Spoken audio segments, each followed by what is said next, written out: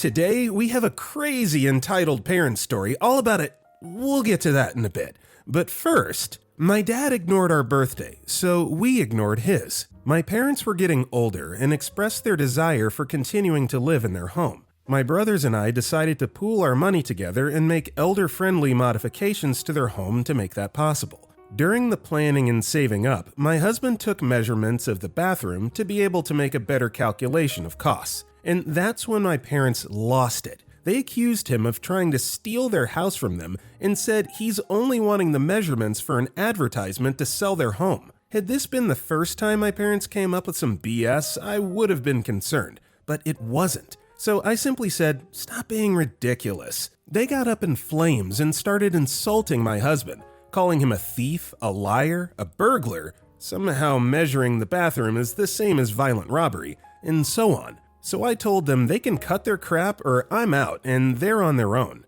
They told me that I'm pathetic, useless, fat, stupid, a tramp, yada yada yada. Also not the first time. To be honest, I did not get angry because it's just how they are, but I stopped calling them or helping them. When the birthdays of me and my family rolled around, my parents didn't write a message and didn't gratulate. They told my brothers I'm dead to them and that liar I married can drop dead too. Then my middle child started school. My daughter wrote and sent them a card she made to invite them. They decided to not come and did not call her or send a card or anything like that. They ignored her and she was hurt by it. So when my father's birthday rolled around, we also did not call and did not send a gift. I asked my kids if they want to make a recording and sing happy birthday or something, and they declined, telling me their grandparents never call or send anything, and now they also do not want to call or send anything, which is fine by me, but I do have some common courtesy, so I wrote my dad, "Happy birthday,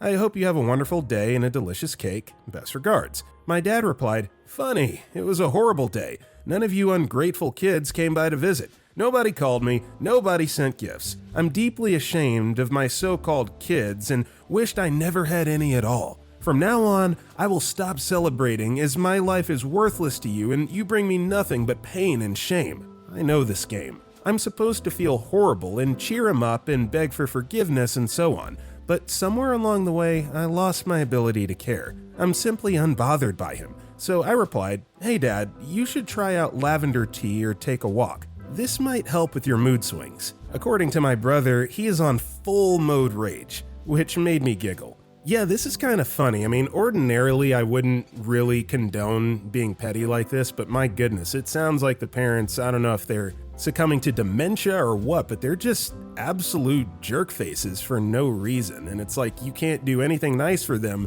without them flipping it right back on you and gaslighting. So no, I mean, I don't see anything wrong with this. Just cut them off. Cowboy_witch commented, "I would pretend like I don't have parents. They ignored you over something so stupid. Why are you reaching out?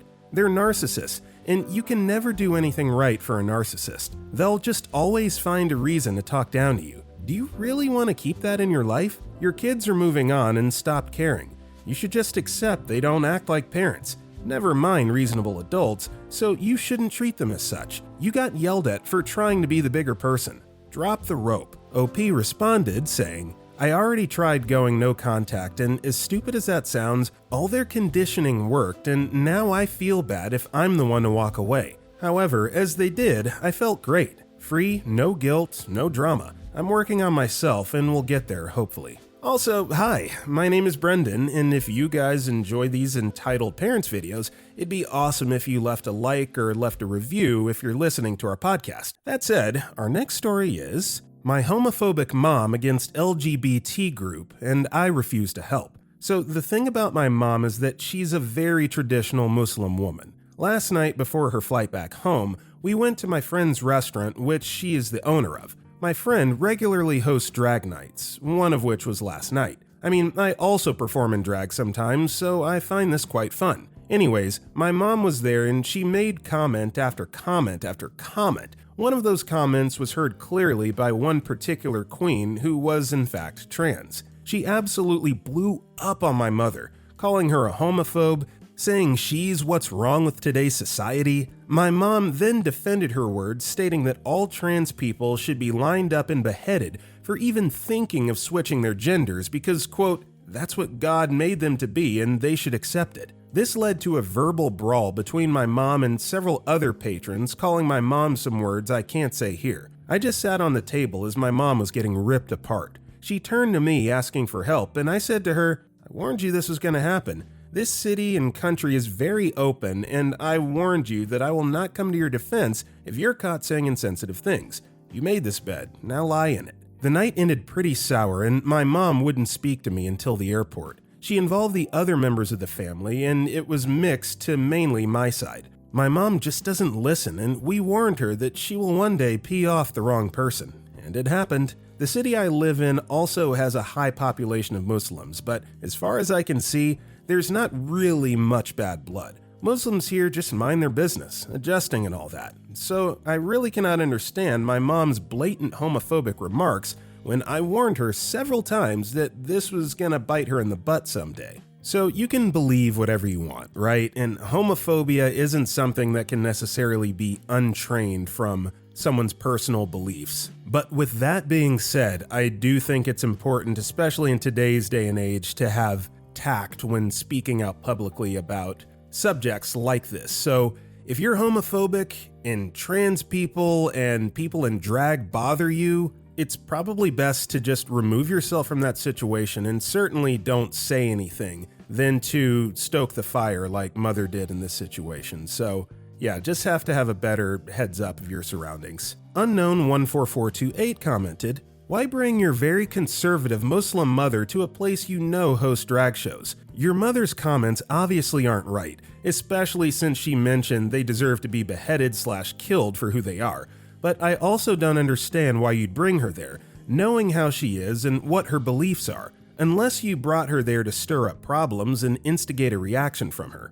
Were you hoping she'd be ripped to shreds by the patrons? Because I feel like this might have just enforced her beliefs by going through that encounter." Our next story is wanting to move out. For some context, I'm an 18-year-old female Muslim girl. My family is pretty conservative, and it's impossible to do anything without being questioned. I will admit that my family, like my parents, aren't the most conservative, and I'm allowed to go out and be my own person. Like, I have a job and friends and go to school, etc. It's the little things that they are really conservative on that makes me feel like I'm trapped in a glass house. For example, I've been a hijabi since the 5th grade, and I've been wanting to take it off since 6th grade. If I were to take it off, all heck would break loose, especially with my ultra-religious and conservative extended family, specifically my uncles and grandma. I'm in community college right now as it was much cheaper, but I plan to transfer to a 4-year. Originally, my plan was to go to the university in my city and commute there while living at home. The reason for this was because my father had a huge fight when my older sister tried to move out of state for college.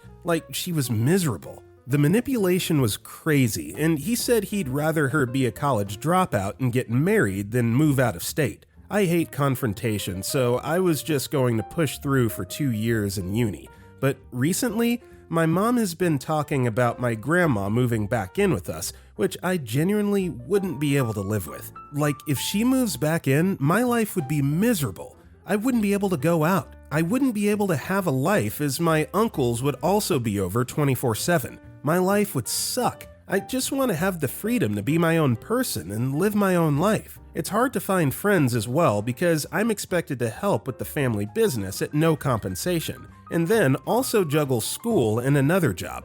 All in all, I'm at the point where I want to start making a plan to move out. I think the best way to go about it is to transfer to a university abroad and say it's just a study abroad program. I'm not even sure they'd let me go to a study abroad, but at this point, if I were to attempt to transfer to any out-of-state schools, I'd be cooked. I'll also start saving so I can prepare myself. If you were me, what would you do? Well, if I were you and I had the means to escape this environment, I would certainly hightail it out of there. You're a legal adult, there's nothing contractually binding you to serve your family if you don't want to, and especially if they're putting pressure on you to be who you don't want to be. So I would say, as scary as it is to kind of embark into the unknown, you just got to go ahead and take the plunge. BK Worm Trisha commented, "If you're in a nation where 18 is adult and there are no legal, as opposed to family social, barriers to your living apart from family, Just apply to out-of-your-area colleges and apply for loans and scholarships. Get a separate post office box or use a friend's helpful relative's address so that responses will not go to your home. Plan on having to work and pay much of your own way. Is there a relative in any of those cities that would let you move in with them? When you get accepted, have a few friends help you pack what you need. When censorious family are away or asleep, and leave. If you are legally restricted as a female from moving out, quietly apply to other countries for asylum. Again, be careful what address and phone number are used for them responding to you. OP responded saying, I live in the United States. I was born here, so it would definitely be accessible for me to move to another state. I would just rather go abroad, for example, Scotland. Regarding the results of the presidential election, LOL. I don't have any relatives that would accept me moving in with them in defiance of my parents, so that's a dead end. I plan to get a P.O. box and start my transfer applications in December for fall 2025, so hopefully all works out, especially considering I would be able to live in another country as a student. Thank you so much for the kind words. Our next story is Scared to Live My Life. Hello, so recently I, 21-year-old female, have moved out with my husband, 19-year-old male, in another city, 2 hours and 30 minutes from my old place. My mom and stepdad bought a house a few years ago that's 1 hour and 30 minutes away from where we lived before. They bought a house for vacations but ended up living there most of the time. I met the love of my life and I wanted and still want to live my life with him, and now we live together. I told my mom and stepdad about him, but they haven't met him yet. Only saw a picture of our wedding. I didn't invite my mom because I wanted to have a good time free with friends. It might be weird, but I really don't feel comfortable showing him to my mom because I don't know how she'll react, and also that I simply don't care. My stepdad was the one who had the idea of me going to live with him, and then my mom supported that it's the best thing I could do to be with him and for my hair classes. 1 month into living together, and it's like my mom wants to control everything. Starting with jobs that she found for him close from her house that's 1 hour and 30 minutes from my hometown. She sends job offers for approximately 3 weeks for him and me. For 1 week straight, she was sending me paragraphs about everything and nothing. Also, constantly asking random questions to have a conversation with me after I told her multiple times to leave me alone and stop invading me. I cannot live more than a full day without her texting me. I'm feeling watched, invaded, and I feel that I cannot go to wherever I want without her invading my personal space. To me, it's very strange because she was already far from me 3 years ago in their new house, and the day I move out, she wants me to come back and can't let me go. Now I want to move to Mexico with my husband because he already has a house there, and since we could work a few months here, we could save a lot of money to live even better there. And also for the heat and fresh air. For both of us, everything is so expensive here. I feel that our life is just living to pay the rent, eat, and barely have money to go to a restaurant and buying treats. For my part, I would want to move to Mexico to live better there. At the end, I feel that I cannot do what I want, and she doesn't want me to go far from her, and she's just stuck in her when I was a baby phase, and she cannot let me grow up and live my life with my husband. Yes, it's a far, but my stepdad has enough money to buy almost any house he wants in Mexico.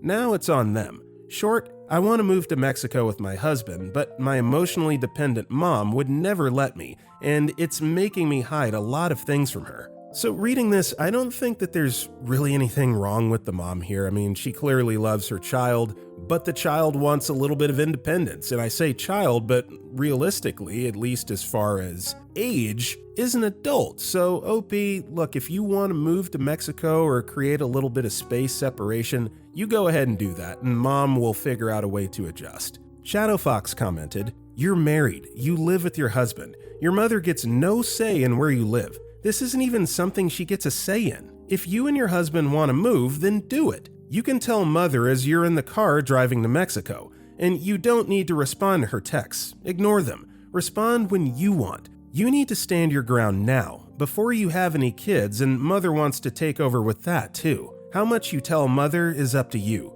You're not required to share anything that you're doing, going, or saying." Our next story is, "My entitled aunt robbed my great-grandma of a funeral. It's been nearly 9 months since everything went down, but I'm still ticked off about it. So my great aunt, EA for entitled aunt, has never been the most pleasant person to be around. She's cunning, headstrong, and just flat out mean. That being said, she was a well-respected member of our family for several years, since she used to work at a successful law firm well before I was even born. She was fairly well off, all things considered. Nice house, nice car, the works. Me and my family wouldn't see her often, but she was a decent person when we were around. That is, until late 2022. It was discovered that EA had been found guilty of professional misconduct at the law firm, and as a result, she was disbarred. The life she had worked for came crumbling down on top of her, and she lost just about everything. So she decided to move in with my great-grandma, only a few blocks away from my house.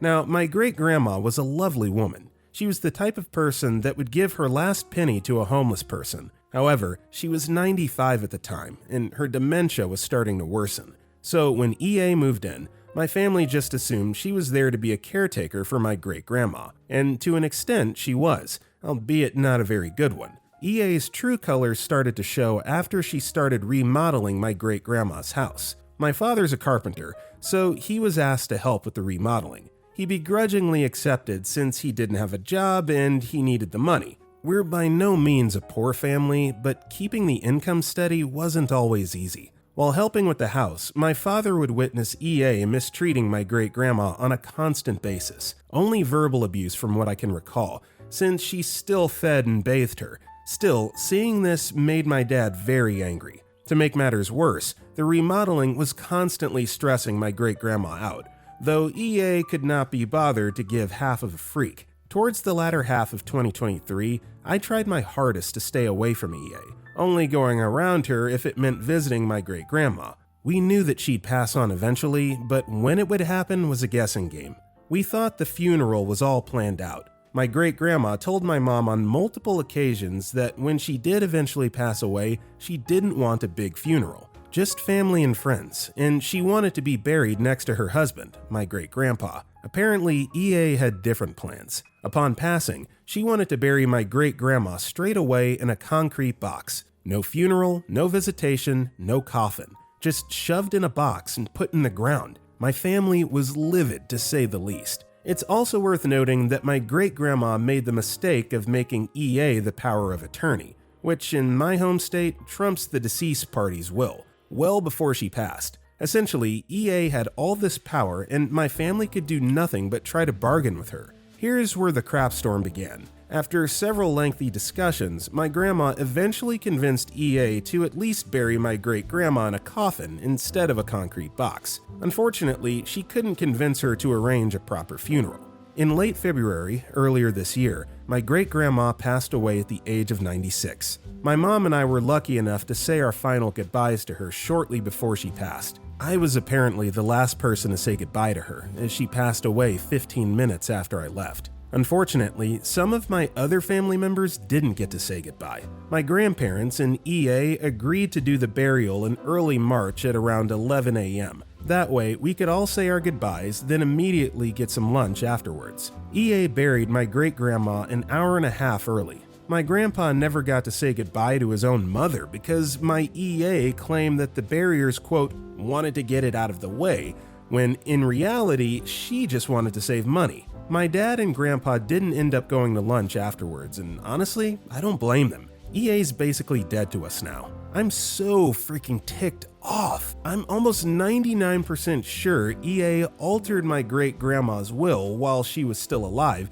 so she'd be able to keep as much of her money as possible after she died. Unfortunately, there's no way to prove that she actually did, and we can't make a case against her. To add a cherry on top of this heaping pile of crap, my mom paid one of the local funeral homes to publish cards to let everyone know about my great-grandma's passing. She was fairly well known in the community, but a few days after passing the cards out to local businesses, EA went around collecting the cards because they go against Grandma's will. I have no idea what she did with the cards, but my guess is that she threw them away. As I mentioned earlier, it's been nearly 9 months since this all went down, but I will forever carry a deep resentment towards EA for how she treated my great-grandma. Mistreating and manipulating an old woman with dementia is straight up evil, and I'm glad EA is no longer in my life. You know, money makes people do absolutely ridiculous, hateful, heinous things, even to their own family. Honestly, I would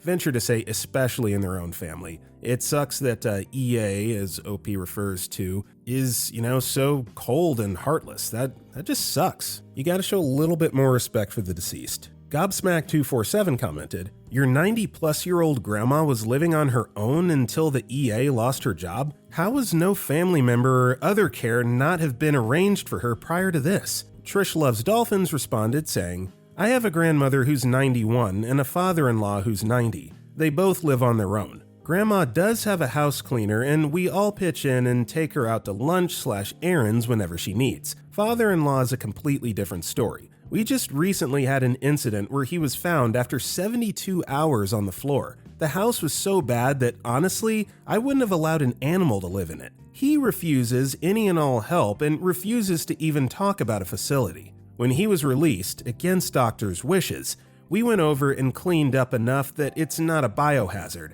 But that's all he'll let anyone do. 90 is old, but also as long as the person is relatively healthy and independent, it's not unheard of to stay on their own. Honestly, my first thought is, why did great-grandma deteriorate so quickly after the aunt moved in? Maybe it was age finally catching up to her. Maybe it was something else, like stress. Our next story is, am I the jerk for refusing to talk to my mom when I'm forced to visit her, ignoring her? Context: I, 15-year-old female, am refusing to actively talk to my mom, and I'm ignoring her when I'm forced to see her. 2 months ago, a Friday, my mom, 39-year-old female, got arrested for assaulting her boyfriend, 38-year-old male, and his kid, 12-year-old male. The kid was bleeding, and all along his back there were scratch marks. My brother, 12-year-old male, called the cops, and when they responded, they automatically arrested my mom, and she actually knew the guy who was arresting her. She got fired from the jail. She originally worked for a jail in our town, but got fired, so she went to JC jail.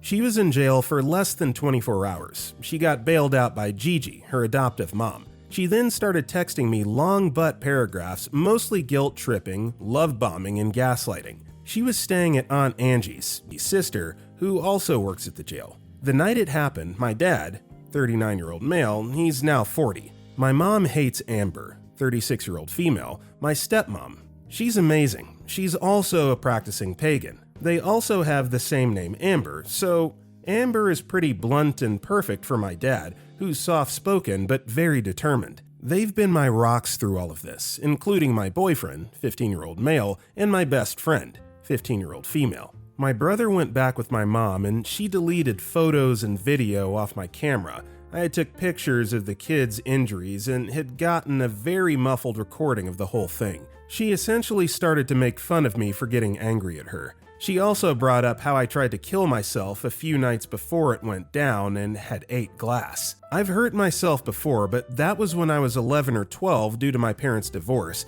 and I was dating my ex-girlfriend who was encouraging me to hurt myself with her. My mom also has lost her job at Meridian, where she was a social worker. I don't know her job right now. She's getting charged with 4 separate things, including her hitting me and busting my lip. She's been acting crazy when I'm there. If I say no, my dad could go to jail. Update: I hate this year.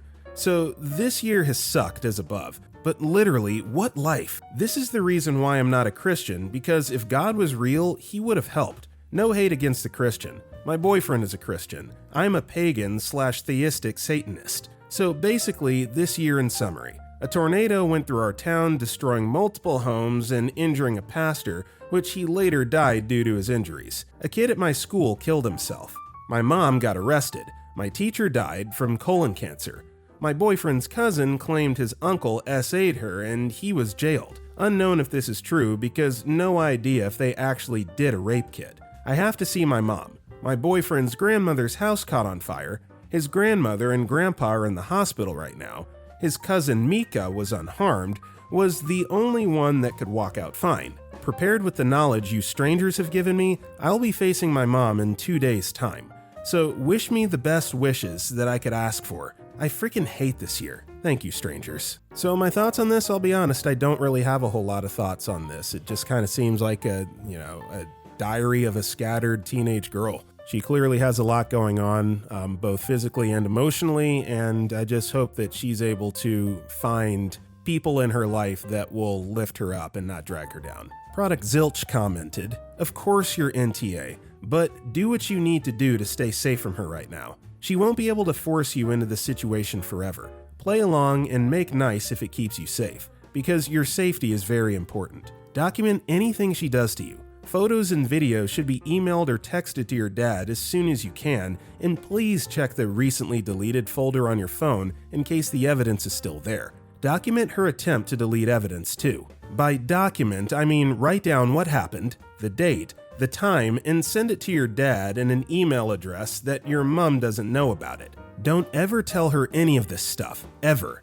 I know it probably would feel good to tell her you have evidence of her abuse, but don't. It will only give her weapons to use against you or the knowledge she needs to destroy the evidence. It may also make her angry, which sounds like it doesn't take much." Our next story is, "Almost a year since I moved out and no progress. I knew it was going to be hard, and it was, but I didn't think it would take so much time for them to respect my decisions and boundaries. I mean, Arabs don't believe in such things anyway, so I don't know why I'm surprised. I went no contact for a while because there was no other way. I tried everything. I'm not going to lie. Part of me felt sad, but part of me felt no pressure at all for the first time in my life. I even started seeing things clearer and in a more peaceful way. One of my siblings has been reaching out to make amends, but I feel like they've not let the appropriate time pass before that even happens. I need time for me to figure out what I like and what I dislike without having their voices in my head.